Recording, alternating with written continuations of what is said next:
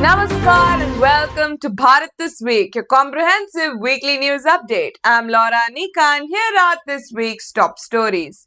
India celebrates its 76th Republic Day today. Indonesian President Prabowo Subianto is the chief guest at the Republic Day parade.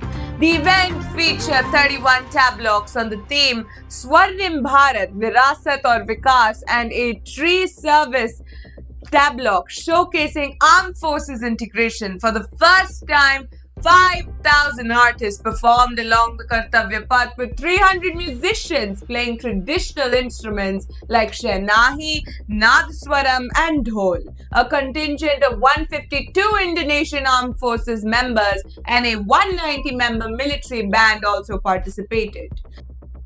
In a boost to Jammu and Kashmir's rail connectivity, the Indian Railways on Saturday successfully conducted the first trial run of the specially designed Vande Bharat Express train. The train, which travelled from Sri Mata Vaishno Devi Katra railway station to Srinagar railway station, passed through the Chenab Bridge, the world's highest rail bridge. It also ran through Anji Khad Bridge, which is India's first cable-stayed railway bridge. Uttarakhand will implement the Uniform Civil Code (UCC) on January 27, becoming the first Indian state to do so. Chief Minister Pushkar Singh Dhami will also launch a dedicated UCC portal on the same day. The new law introduces uniformity in marriage, inheritance and family laws, replacing existing personal laws and invalidating practices like polygamy and triple talaq.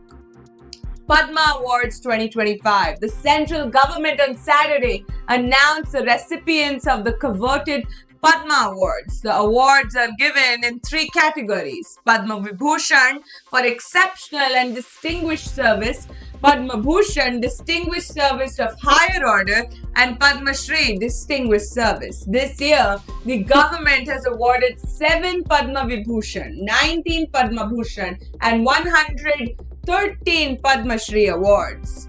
Mineral-rich Odisha, Chhattisgarh, Goa, and Jharkhand have emerged as top-performing achievers among the states listed in Niti Aayog's first Fiscal Health Index report released on Friday, January 24th. According to the report, Punjab, Andhra Pradesh, West Bengal, and Kerala were the worst performing states in Fiscal Health Index. The DGCA has urged airlines to rationalize airfares for Prayagraj flights amid concerns over high ticket prices during the Mahakumbh. To meet demand, 81 additional flights have been approved in January, raising total air connectivity to Prayagraj to 132 flights nationwide. That's all for this week's edition of Bharat This Week. Stay connected with us for more in-depth coverage and timely updates. Thank you for joining us today. This is Laura Anika signing off. We'll see you again next week. Stay safe and stay informed.